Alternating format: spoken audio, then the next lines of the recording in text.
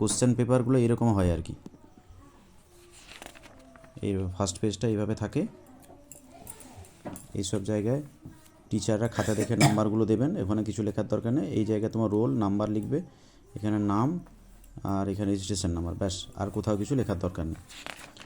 এখানে সিন থাকবে এইভাবে, এবং এখানে কোশ্চেন, এবং এখানে টিক মারলেও উত্তরটাও লিখতে হবে। এখানে উত্তরটা লিখে দেবে, 4টা থেকে খুঁজে উত্তরটা লিখে দেবে।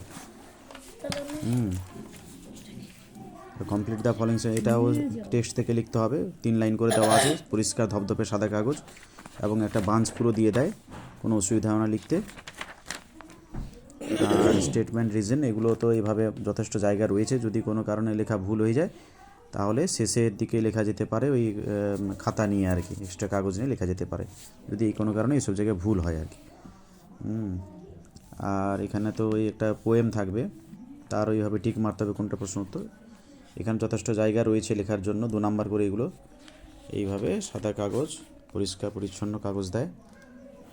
আর প্রশ্নপত্রের উত্তর জানসিন, এরকম পাতার পর পাতা থাকবে। গ্রামার এইভাবে থাকে, যথেষ্ট জায়গাও আছে।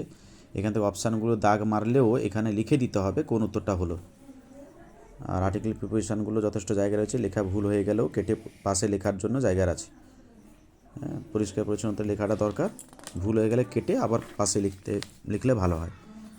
আর এখানেও উত্তরগুলো ডুয়েজ ডিরেক্টেড, যেগুলো ভয়েস নারেশন চেঞ্জ, একটা লাইনে উত্তর হবে, না হলেও যদি ভুল হয়ে যায় তাহলে দ্বিতীয় লাইনে লেখা যাবে। আর এটা হচ্ছে ফ্রেজাল ভার্ব। ফ্রেজাল ভার্বগুলো যে টেন্সে আছে সেই টেন্স অনুযায়ী এখান থেকে নিয়ে এ থেকে হিন্টস থেকে নিয়ে এখানে লিখতে হবে। এটা যদি কন্টিনিউয়াসে থাকে এখানে আইএনজি, তাহলে এখানে আইএনজি যোগ করতে হবে। এটা পাস্ট হলে এখানে পাস্টে লিখতে হবে।